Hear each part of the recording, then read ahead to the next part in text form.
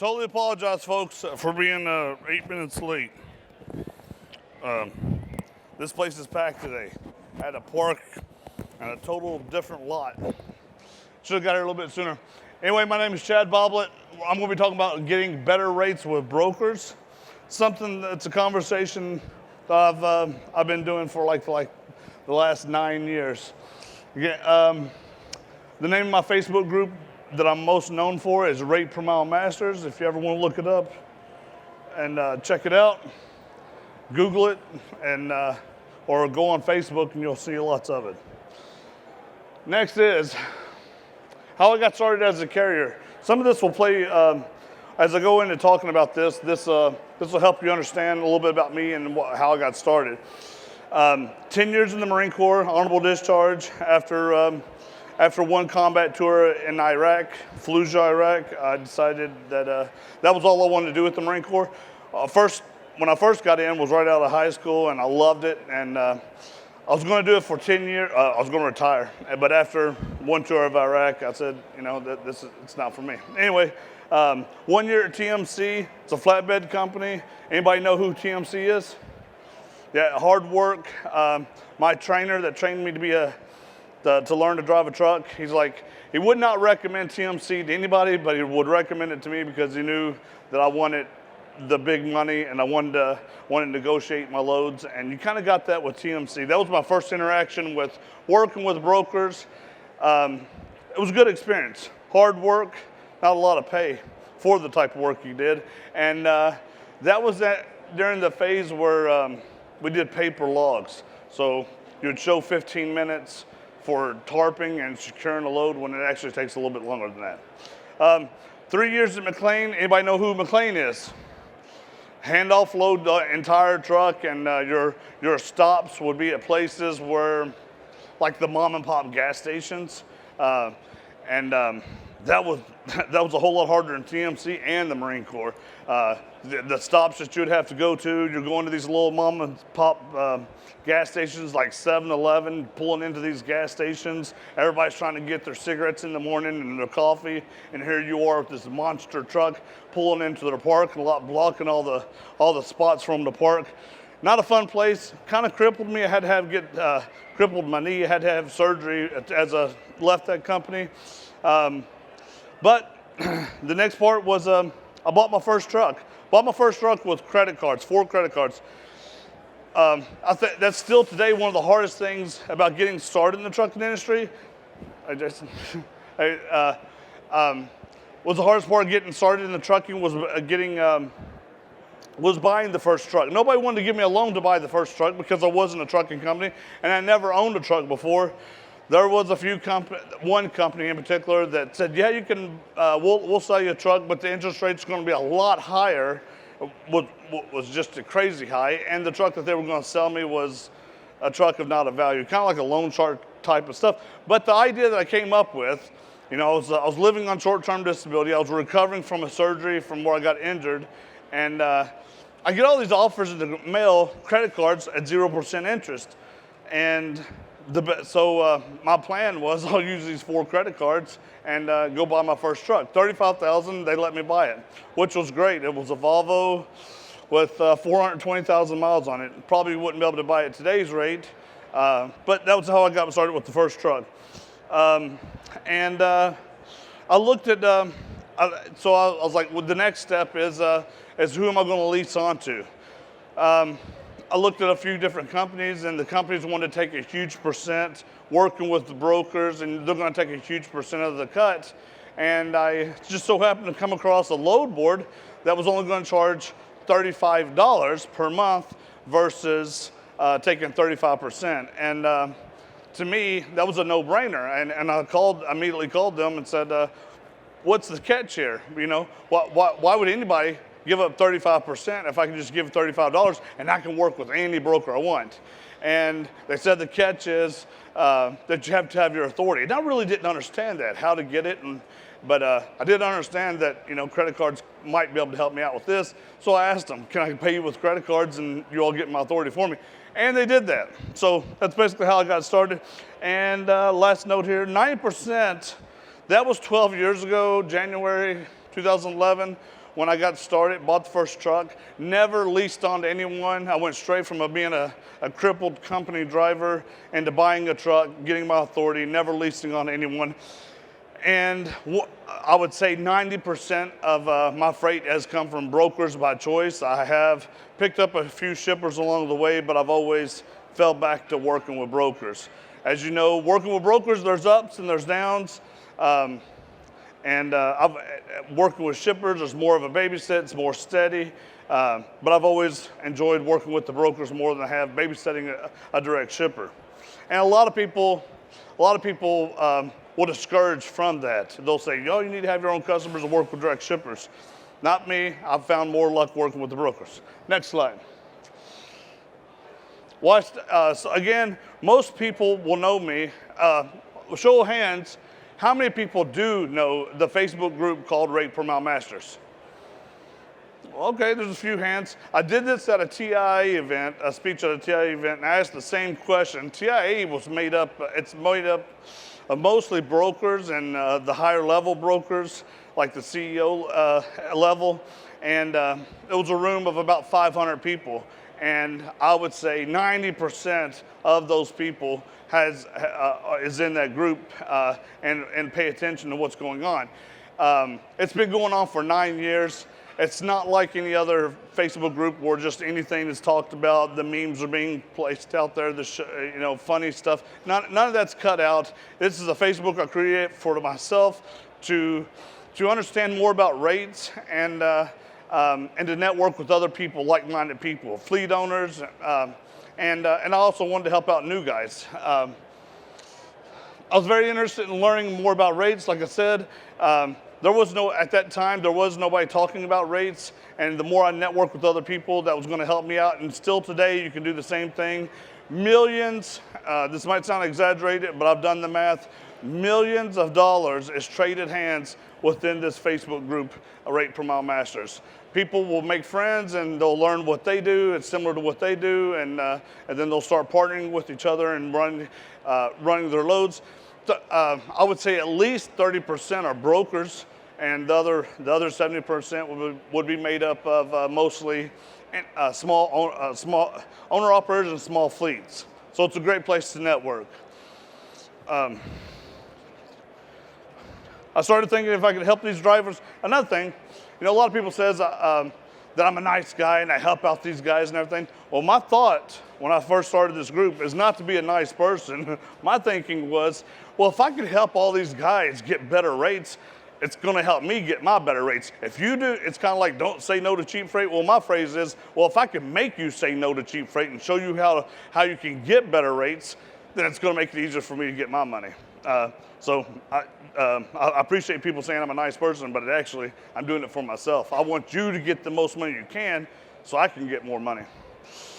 And the other thing was, back at that time, another question for the crowd. How many knows Kevin Rutherford? Kevin Rutherford's the XM radio station. Regardless of what you're thinking of about him, I learned a lot when he was on XM radio.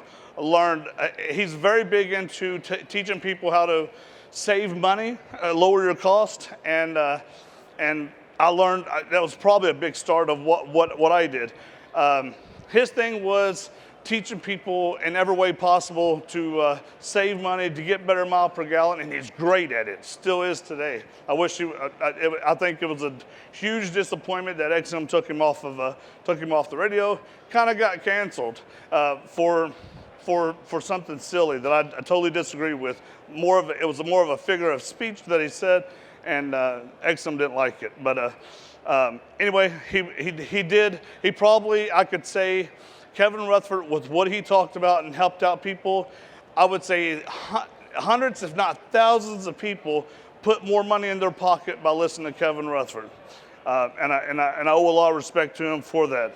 But his thing was, buy this gizmo, buy this gadget, put it on your truck, and it's going to help you get better mile per gallon.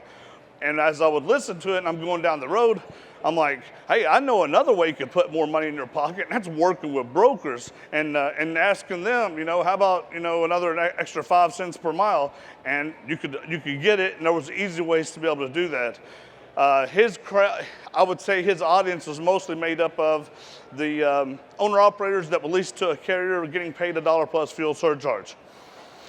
I created the group March the 5th, 2014. That's 9 years ago. So for 9 years, I've moderated this group, approved almost every single post, and I've read every single comment that goes into this group. A little bit more about that.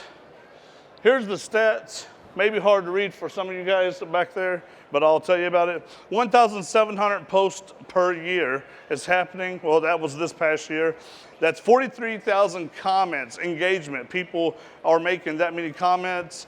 104 reactions, which that doesn't really mean much. But think about the 1,750 comments and the 43,000 posts.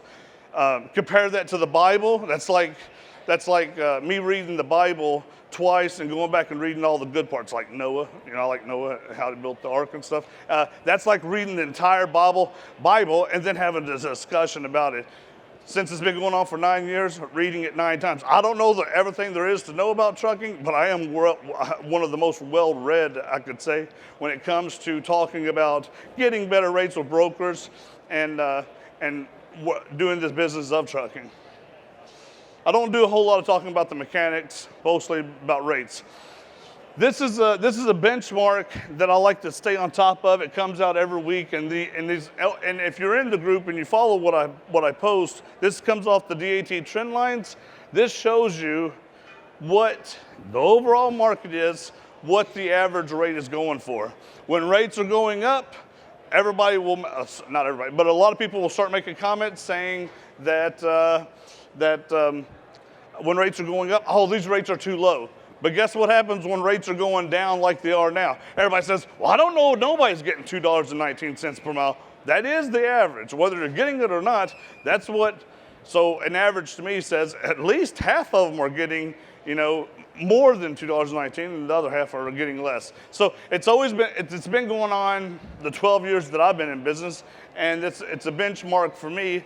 I like to say, the long runs, you're probably not going to get that. If you're running from East Coast to West Coast, you're not going to get that. But those are the easy runs, and people gravitate toward that because it is easy, and they look at the big number. For me, I call the group Rate Per Mile Masters. Rate per mile just means the most to me. I'm going to make sure I'm not going to be at the bottom half of this number. All my miles, and this is where it comes down to discipline, all my miles is going to be above this $2.19 per mile. And, as it comes out each week, that number will change. As you can see, December, the average number was 241. Pay attention to this number. It's DAT trend lines.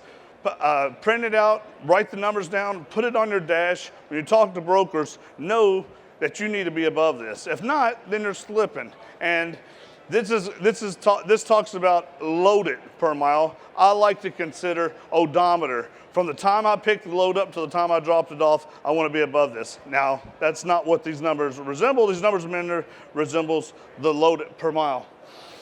Next is, now this goes into kind of what we're seeing right now. Anytime the spot market has dropped and it becomes harder to make good money, to get the rate per mile that you're used to. At any time, you can pause me and ask me questions. This is actually a screenshot from RateView and another thing that you can purchase with DAT. If you struggle with negotiating rates and what you need to ask the broker for, this is probably one of the best tools you can use. It'll give you an average of what a particular lane is running for. As you can see, I've got posted on here, Nashville to Lexington. That's my favorite lane. And I call this the dumbbell. As you can see, you got a circle here and a circle here and a line in between. It's a dumbbell. You can create these dumbbells anywhere in America. Indianapolis to Atlanta, Indianapolis to Louisville, Indianapolis to Nashville. It's another favorite run. I live in Lexington. And the shorter you make these dumbbells, you can continue to make above DAT the average. So in particular, so this lane here would be Nashville to Lexington, Kentucky, and the rate is going for $9.33 on the high side for broker to carrier. That's a little on the high side. It's an easy number to negotiate and tell them this is what you want to get paid, $9.33. And I added on here, so that's about 213 miles, 213 times 2, basically down there and back comes out to 426 miles. Earlier I showed you that 426 miles times $2.19 what the current DAT trendline average is comes out to 932. What's the high side show right there? That the high side of the spot market, 933. I mean, I like to play with numbers. I'm a numbers geek, but it also gives me confidence when I talk to a broker. So now with that being said, I could actually go to Nashville. I could go from Nashville to Lexington, and if I do the other way around, Lexington, Nashville, it comes out to a little bit lower. I don't have that screen on here, but you can do it yourself, and it comes out just a little bit lower. But so if I could be in Nashville and come back to Lexington at 9:33, then I basically took my backhaul with me. Whether I get a load back, whether I get a load from Lexington to Nashville, I'm already getting paid for the deadhead to do it, because all miles down there and back, it's already given me $2.19 what the national average is. That's good. So anything extra, like I can make it all the way to Louisville and grab something for $500 and take it to Lexington. I think the average rate for that is $525 last time I looked at it. Or going from Lexington to Nashville, that's another $800 something I could take. Another free money. I'm going to bump up. I'm going to be above the DAT average. A lot of people says, "Am I going to make it? How bad is it going to be?" Well, if you're doing if you're doing better than average, then you should be able to make it. The people that are struggling the worst right now is people that are running the spot market and have company drivers. Their expenses are getting into a situation where you almost can't make it run in the spot market. You're going to have some direct shippers.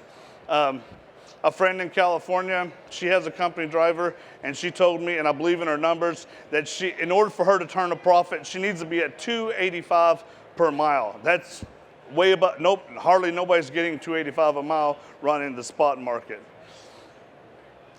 Here's another number. Here's another area where you can play with numbers. That's on RateView. I like to look at if Nashville to Kentucky, if that becomes a hard lane, which it has in the past. Creating these dumbbells. Another dumbbell that I've created in the past was the airport in Cincinnati. It's actually in Kentucky, Walton, I believe. The airport there to Elizabethtown, we call E-Town here in Kentucky, that's where I'm from, Lexington, but we call it E-Town. From that airport to Elizabethtown, I think I was getting $665. This was several years ago that I was getting $675. So it's like the shorter you make those dumbbells, you're going to get good money, and they're easy to be found. And what makes them easy to be found is a lot of people don't like messing with those little short runs. But if you don't have a lot of debt and you're doing $665 per day, and you're able to knock out those runs every single day, it adds up, and you can pay your bills as long as you're not too far out of debt. A lot of people got in trouble these last 2 to 3 years buying trucks way overly priced, and that might not be the case. But I was able to save myself during a really bad winter by running a route from, again, Cincinnati area to Elizabethtown, and then I would sometimes get lucky and find something from that area bringing me back to Lexington. Again, that felt like free money, because I took my backhaul with me. I was already paid for the run to go from Lexington, Cincinnati to Elizabethtown and back home. Came out to a little over $2 per mile. And this is a cool tool. I like using this just because it gives me numbers. What this basically is telling me is runs that stay, and it's not 100% accurate, but it's a guideline to go off of. Basically, within the last 30 days, Kentucky to Kentucky runs is averaging 438 per mile. if you can see that. And you can do this with any state you want to. So if you want to get home every night, this is a good number to look at. Costs a little bit more to have this, but I love playing with it. And actually, if you do the math from Cincinnati to Elizabethtown, it came out to right about $4.38 per mile, and that was several years ago. And that's $4.38 per mile is going to be higher than what currently the spot market is, almost double. Next slide. Okay. How do you find these brokers that are pulling that lane if nobody's got it posted? This is called Lane Makers. It comes with DAT. It sounds like I'm selling DAT, but this is a product that I use all the time for the last 12 years in order to get my next load, and I've used it to my advantage to do this. The Lane Makers will tell you what brokers are posting most in that lane. As you can see, Interstate Transport, they're posting 223 load posts for that month for that particular lane from Lexington to Nashville. Probably wouldn't call Interstate. The reason why is because, as you can see here, they're only posting loads. They're not searching for loads. I put an arrow by a company called Wayfinder, and the reason why I did that is because they are doing 21 searches and only 16 posts. That's a real broker that has a real need for carriers. That would be the first broker I would call to see if I can get a part of it. You can also, as you can tell, I've got a couple red X's by brokers that I tend not to call. And if y'all know those brokers, you probably know why I would put an X by them. All right. I've went through this pretty fast, so I hope we get some questions. But tips and tricks, hacks, working with dispatchers. If you're a carrier, you're probably right now getting 2 to 3 phone calls a day from brokers with maybe broken English, asking to be if they can find loads for you, be a dispatch service for you. That's and nothing wrong with my wife is Japanese. Nothing wrong with having broken English. I can talk to them. I can work with them. But let me give you an example of a broker friend that I talk with quite often. A small broker, Pete Amizer, if y'all know him. But he was having trouble understanding a broker and getting a dispatch service that he was working with on a load, getting good information from him, where the driver is, and he had a sense that he wasn't being told the truth, and the load was very important to know where the driver was and what he was doing. And Pete was telling me this, and when he talked to the guy, he couldn't get the driver's phone number, so Pete looked up who the carrier was, called the driver, and it was a guy driving the truck. He's like, yeah, I'm the carrier. I own the company. Spoke perfect English. And as soon as Pete told me that, I said, Pete, this guy is doing him a disservice. And Pete laughed and said, yeah, brokers, no matter whether you know how to negotiate or not, if you're an owner-operator and you're driving the truck, you are your best dispatcher. Brokers want to talk to the man behind the wheel. They know, they get that sense of you're telling them the truth, that things are really happening the right way, instead of it being another person that they have to communicate with. From history of doing this for 12 years, I have nothing against dispatchers. If you fall short on being able to negotiate and do everything that there needs to be done as far as driving the truck, nothing wrong with using a dispatch service. But let me give you some key points of what makes a good dispatch service. From what I've seen in the past, it's usually the wife that's dispatching her husband.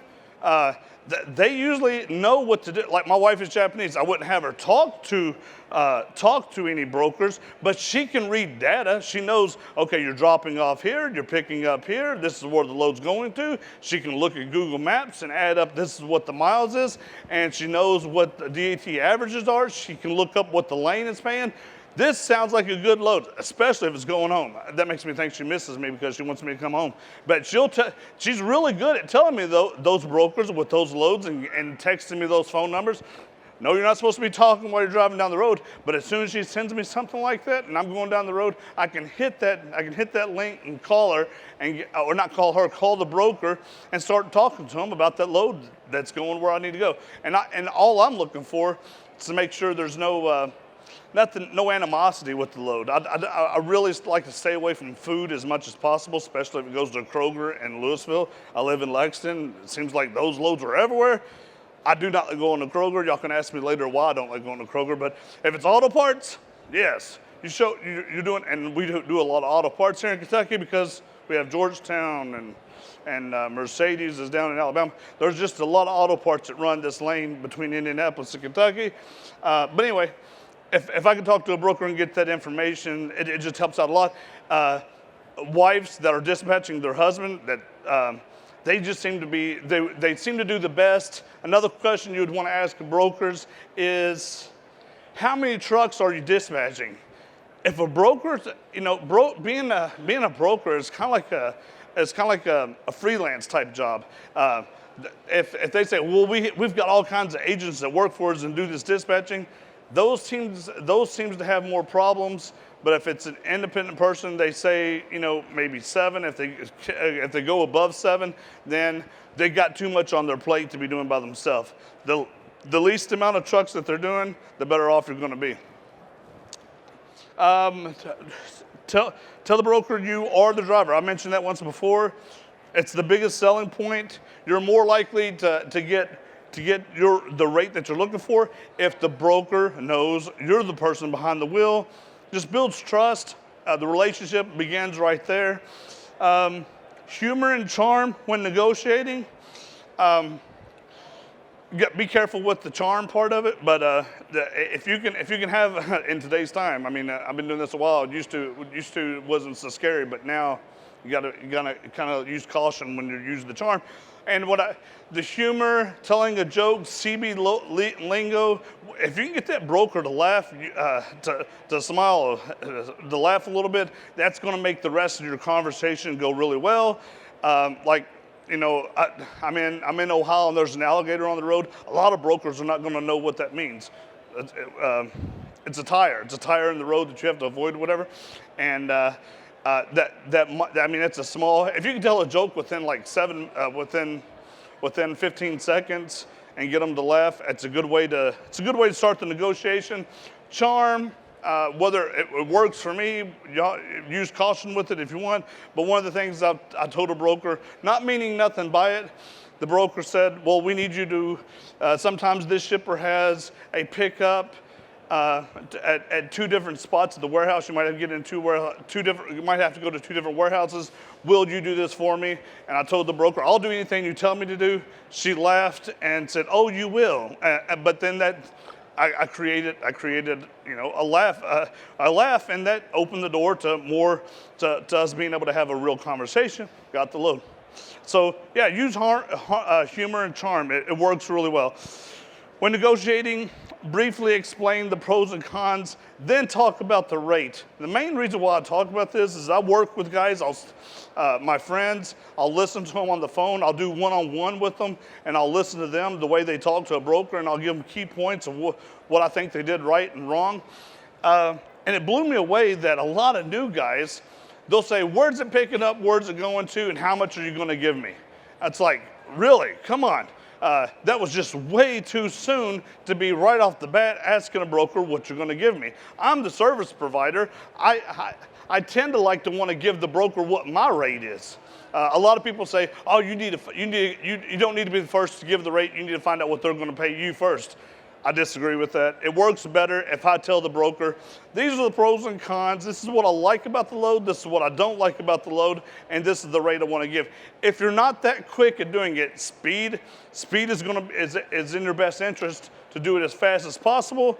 But if you want to spend more time on it, that's not that bad of a thing. just tell the broker, give me your extension, and I'm going to call you right back. This is what I like about it. This is what I dislike about it.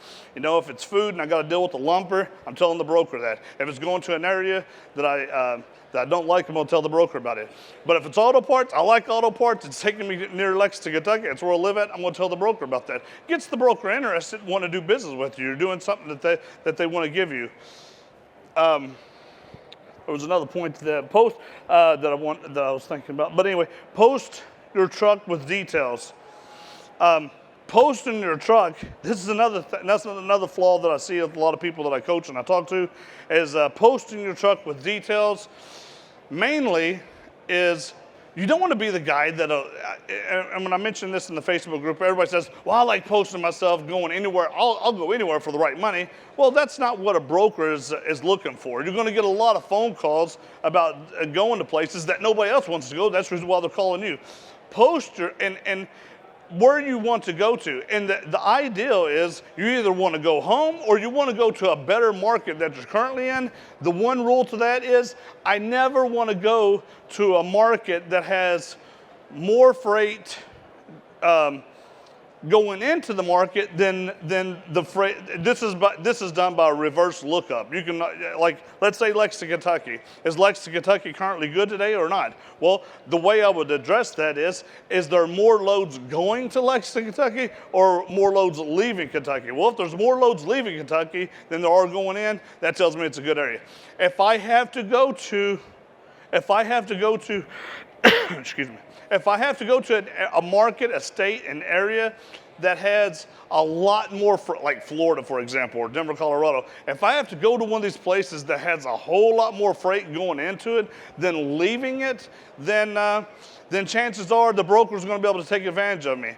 And what I like to say is take your backhaul with you. I rarely ever go to Florida because my backhaul is usually going to be Miami, Florida. I'm deadheading all the way to Atlanta because that's the next nearest place I can get something else.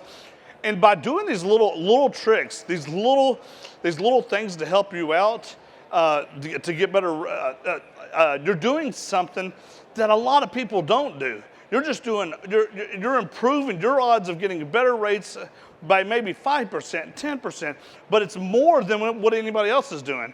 So why not do it? The more of these little tricks that you do. Somebody made a comment to me once before, Chad, you do too much analysis paralysis. You look for every reason not to do the load before you do it. Kind of like when you go to buy a used truck. You need to look for every reason not to buy it before you go buy it. But it will give you a problem. That does become a factor whenever you do this so often. It ends up being analysis paralysis. Post your truck with the details.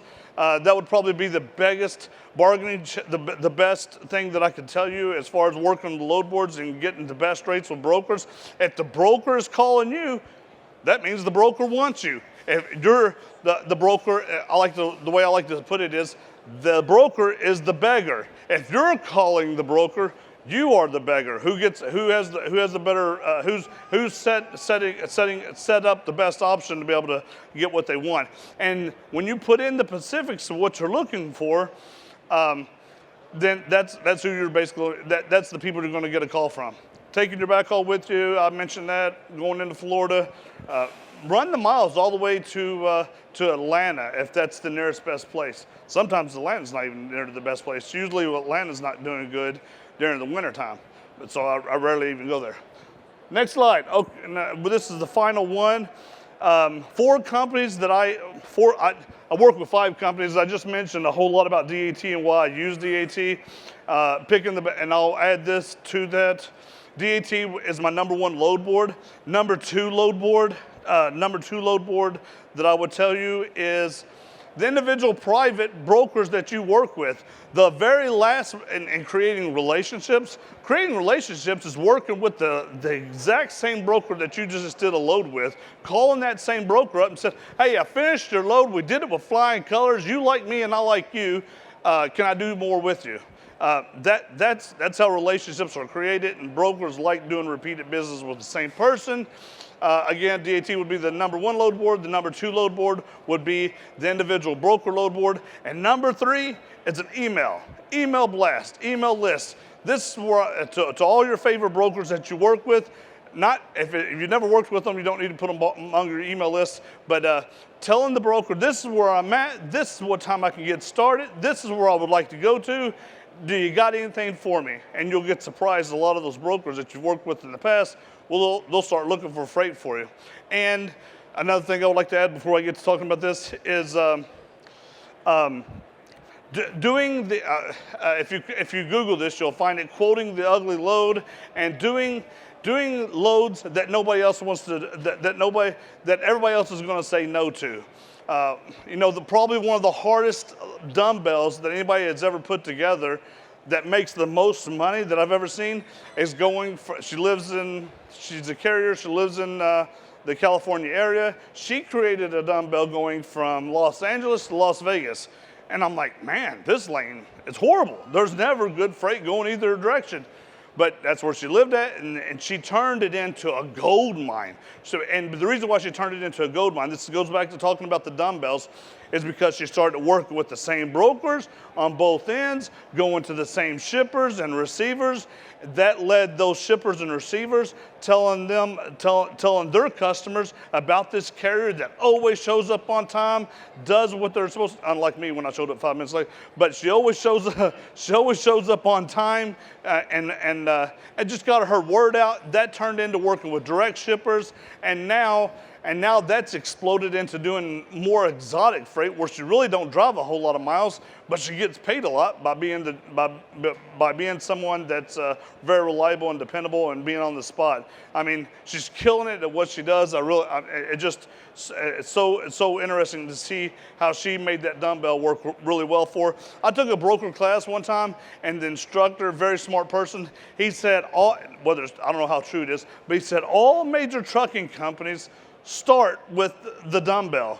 What'll happen is the more you run that same dumbbell, some dumbbells, you know, like I said, Lexington, Kentucky to Nashville, Tennessee, if I continue to run that, I will eventually pick up direct shippers. These direct shippers will give me more freight than what my one truck can do. That's going to lead me to hiring on more drivers. And then I can only hire so many other drivers. And again, that market is going to give me more than I can handle. I'm going to lead into becoming a broker and start brokering that freight out. That's how dumbbells lead to trucking companies becoming bigger than what they are. Back to the companies I work with. I can work with any factoring company, any financial business. Actually, they changed their name. Triumph Business Capital is no longer, they're called something else. They still have the same name, but they like to be called, they don't want to be called particular a factory company, but they're like the largest financial institution in trucking.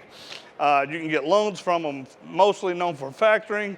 And I've told people before, if everybody used this factoring service, then we would never see a problem with factoring, because currently the people in my group does millions every single month with Triumph, and I could probably put on one hand of all the problems in the last 7 years I've been with them that I've ever had a problem. And usually the problem is Triumph will not just work with anybody. They're kind of selective on who they will work with, and like if you do reefer container, which is I didn't even know was a thing. That was somebody we had to let go. Motive, everybody knows it's in the most trucks than any other ELD service provider. Sometimes people will come to me and say they don't like the customer service, and I'll tell them, go find another better ELD service provider. Usually they say, well, I'm going to have to stick with Motive. I like Motive. I was with them from the very beginning when they first started. The Schwabe, the CEO, came to me and said, this is an app that you ought to put on your phone. I've created an app that you can do your logs. Later on, that turned it into the ELD service, and I was with them back then. I also get stock options in the company. I like the people. You know, yes, the customer service needs to improve. Yes, but actuality, how often are you talking to them? It's a plug and play, and you really don't never talk to them again. Reliance Partners, they're the largest insurance agency. They cover probably 95% of the market when it comes to getting insurance. I've get tons of people in the Facebook group saying that they've for carriers, they also provide it for brokers, that say that they've saved tons of money by going to Reliance Partners. They're shopping Great West, Northland. They even have insurance agencies that only work with Reliance Partners only. That's another company you should remember. Last company I want to talk about is Mudflap. No matter what fuel card you have in your pocket, this needs to be a part of your arsenal. It's so cheap. It's free. It's free to download the app. Download the app. You get the code within 3 minutes. You can download it. You get a code. You get to go to all the mom and pop truck stops. Usually those are the places that have better food. And you get this code, and you go to. You go to the teller, you tell them the code, they give you the discount, and this discount is comparable to NASDAQ, RTS, which is, I would say, those other two fuel cards are the next two best fuel cards to use. That wraps it up with, with my subject. I probably did that in less than an hour. So any questions that I can help answer? Work in the spot market, this is what I'm good at. Please join the group. If you think of a question later on, I help. The best part about that Facebook group that I created called Rate Per Mile Masters, I told you at the beginning, is I've helped hundreds, countless number of people get paid, call the broker, be an intermediate, be the person that helps out these guys when they come across a problem they can't get offloaded. I have not to brag, but I have connections with a lot of these CEOs. The CEOs, the reason why I have a connection with them is because they're in the group and they follow me. That's all I have. My name is Chad Boblett. Thanks for listening.